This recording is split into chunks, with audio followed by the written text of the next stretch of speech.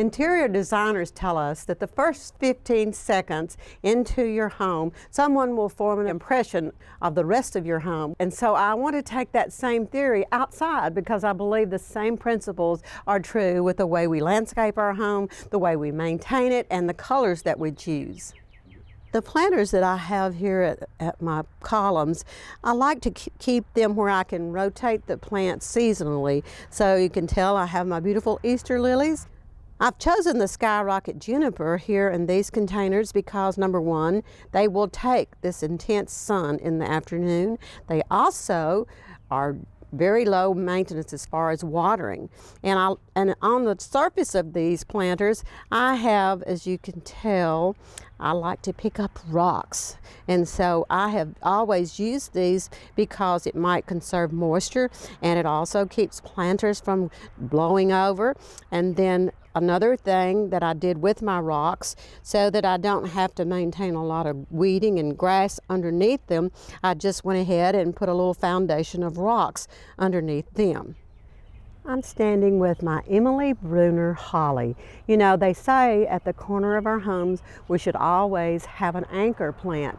Well, at one point in time, the contractors would put maybe a hemlock that has the ability to grow way out of size. You couldn't prune them. The next came the Foster hollies. The Foster holly was here, but I just got tired. It will grow fast, even though you can cut the main leader out of the top. It still required more trimming than I wanted to maintain. Emily Brunner is another, it's a very dark leaf, glossy, and if you'll see, it has very dark red berries, and they can sometimes even turn black. Now, when I look at the rest of my home here, I have the way my house is situated, it sits back and comes forward, and then with the addition of the porch, I had created another offset out of the house. And so in order to not have too much mulching in areas to maintain, I took that into consideration. But one of the plants that I have utilized here is the Domestica nandina. I love them because of their red berries, and because I have part brick and part siding on my home here, the red was a good contrast. Well, the plants I have in front now are the autoleucon laurels, and they do have a white blossom. But the way I went at arranging these, I actually took 2 laurels on each side, and then I brought them out to the front and I put 2 more laurels. So I encaged the nandinas because they do get tall, and I don't really have to do anything with them.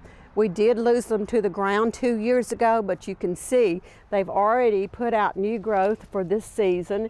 And so I'm satisfied that now they have reached the point that I don't really have to mulch in here, except when I have them trimmed back. Now, as we progress along, I have put in some things that are actually deciduous plants, which sometimes we don't really want to do that in the front of our homes, means that they're barren in the wintertime. But these are white dwarf crepe myrtle, and they've done exceptionally well here. These are what you call English wood hyacinths. Some call them Spanish bluebells, but these have just reseeded and naturalized here. I had a friend in the garden club that gave me just a couple of little bulbs to those, and they have naturalized through this area.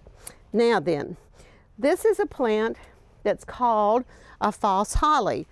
I wanted to have some variegation of color, and so the one mistake though that I actually did with this is one of those hollies that once you cut the top out of it, it's not going to grow pyramidal anymore. It's going to start to bush out. So this one had sort of outgrown its boundary.